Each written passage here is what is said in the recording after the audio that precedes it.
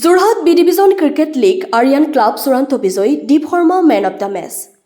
আৰিয়ান ক্লাবৰ চূড়ান্ত বিজয়ী খিতাপ অৰ্জনৰ জৰিয়তে আজি সফল সমাপ্তি ঘটে যোৰহাট জিলা বি ডিভিজন ক্ৰিকেট প্ৰতিযোগিতাৰ চূড়ান্ত খেলত আজি আৰিয়ান ক্লাবে হিন্দুস্তানী নৱযুৱক সংঘক পৰাস্ত কৰে 8 উইকেটত।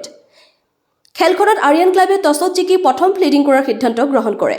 খেলখনত হিন্দুস্তানী নৱযুৱক সংঘই প্ৰথম বেটিং কৰি নিৰ্ধাৰিত 20 অভাৰত 4টা উইকেট হেৰুৱাই সংগ্ৰহ কৰে 108 ৰান। প্ৰত্যুত্তৰত আৰিয়ান ক্লাবে 17.3 অভাৰত 2টা উইকেট হেৰুৱাই 109 ৰান কৰি জয়লাভ কৰে। খেলৰ অন্তত অনুষ্ঠিত হোৱা বঁটা বিতৰণী অনুষ্ঠানত মেন অব দ্য মেচ সন্মান অৰ্জন কৰে আৰিয়ান ক্লাবৰ দীপ শৰ্মাই। প্ৰতিযোগিতাৰ শ্ৰেষ্ঠ বলাৰৰ সন্মান অৰ্জন কৰে SC বয়জ ক্লাবৰ নৱজ্যোতি বৰাই। প্ৰতিযোগিতাৰ শ্ৰেষ্ঠ বেটমেন্সৰ সন্মান অৰ্জন কৰে আৰিয়ান ক্লাবৰ অজয় চৌহানে আৰু মেন অব দ্য সিৰিজ সন্মান অৰ্জন কৰে আৰিয়ান ক্লাবৰ অজয় চৌহানে। বঁটা বিতৰণী অনুষ্ঠানত উপস্থিত থাকি বঁটাসমূহ বিতৰণ কৰে যোৰহাট জিলা ক্ৰীড়া সন্থাৰ সাধাৰণ সম্পাদক জুল খাউন, প্ৰাক্তন ৰাজ্যিক খেলুৱৈ শান্তনু ফুকন, ৰবি শইকীয়া, ললিত বৰা, প্ৰীতম বৰা, প্ৰতাপ শৰ্মা, অজিত চেতিয়া প্ৰমুখ্যে বিশিষ্ট ব্যক্তিসকলে। যোৰহাটৰ পৰা ধ্ৰুৱজ্যোতি পাচনিৰ প্ৰতিবেদন AIN লাইভ। যোৰহাট জিলা ক্ৰীড়া সন্থাৰ বি ডিভিজন ক্ষমা বৰদলৈ সৰণি বি ডিভিজন ক্ৰিকেট লীগৰ আজি চূড়ান্ত খেল অনুষ্ঠিত হ'ল। চূড়ান্ত খেলত আৰিয়ানছ ক্লাব আৰু হিন্দুস্তানী ক্লাবৰ মাজত হৈছিলে। আৰিয়ানছ ক্লাবে 8 উইকেটত জয়লাভ কৰিছে।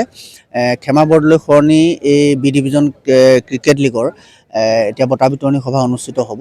আমি সকলো খেলুৱৈকে আমি শুভেচ্ছা জ্ঞাপন কৰিছোঁ আৰু অহা 10 তাৰিখৰ পৰা এই ডিভিজন ফুটবল ক্ৰিকেট লীগ অনুষ্ঠিত হ'ব। সকলোৰে আমি সহযোগিতা কামনা কৰিছোঁ। বি ডিভিজনৰ পৰা চেম্পিয়ন ৰানাৰ্ছ আপ 2টা টীম এ ডিভিজনলৈ উন্নীত হ'ব। এ ডিভিজনৰ তলৰ 2টা টীম বি ডিভিজনলৈ নাহিব। এইটো প্ৰত্যেক বছৰে এইটো এনেদৰে খেলসমূহ অনুষ্ঠিত হয়। ঠিক তেনেকৈ চি ডিভিজনৰ পৰা বি ডিভিজনলৈ আহে, বি ডিভিজনৰ পৰা এ ডিভিজনলৈ আহে। এনেদৰে আমাৰ ৰটেশ্যন হৈ থাকে। তাৰমানে চি ডিভিজন কেতিয়া হয়, যেতিয়া বি ডিভিজনত টীম কমি যায়। বি ডিভিজনত 16টা টীম থাকিব লাগে। 16টা টীমৰ পৰা যদি টীম কমি যায় তেতিয়া আমাৰ চি ডিভিজন হৈ তাৰ পৰা উঠোৱা হয়। যিহেতু নহ'লে বহুত টীম হৈ যায়, বহুত টীম হৈ গ'লে উঠাবলৈ দিগদাৰ হয়। গতিকে চি ডিভিজন খেল অনুষ্ঠিত কৰি এতিয়া আমাৰ বি ডিভিজনত টীম সম্পূৰ্ণ হৈ আছে। বি ডিভিজনত টীম কমি গ'লে আমি চি ডিভিজন অনুষ্ঠিত কৰি তাৰপৰা টীম উন্নত কৰাৰ ব্যৱস্থা। মানে বঢ়িয়া অনুভৱ এইটো কাৰণে যে আমি আজি লাষ্ট 3 বছৰ আমি খেলি আছিলোঁ। আমাৰ চবৰ এটা সপোন আছিলে যে আমি চেম্পিয়ন হৈ এই খেলিম। আমাৰ গোটেই এই ডিভিজন খেলিব আমাৰ গোটেই প্লেয়াৰখিনি এটা সপোন আছিলে।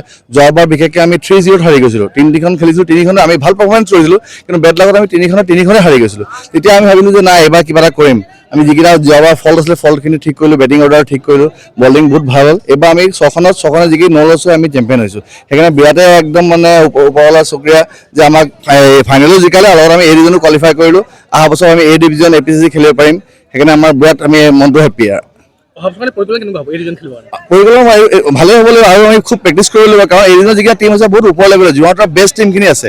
সেই বেষ্ট টীমত আমি কম্পিট কৰিব কাৰণে আৰু আমি নিজকে আৰু বেষ্ট কৰিব লাগিব।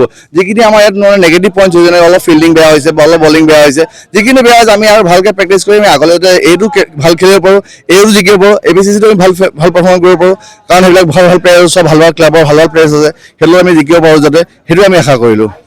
যিকোনো খবৰ আৰু বিজ্ঞাপনৰ বাবে যোগাযোগ কৰক 7896121996 লগতে 7002537271।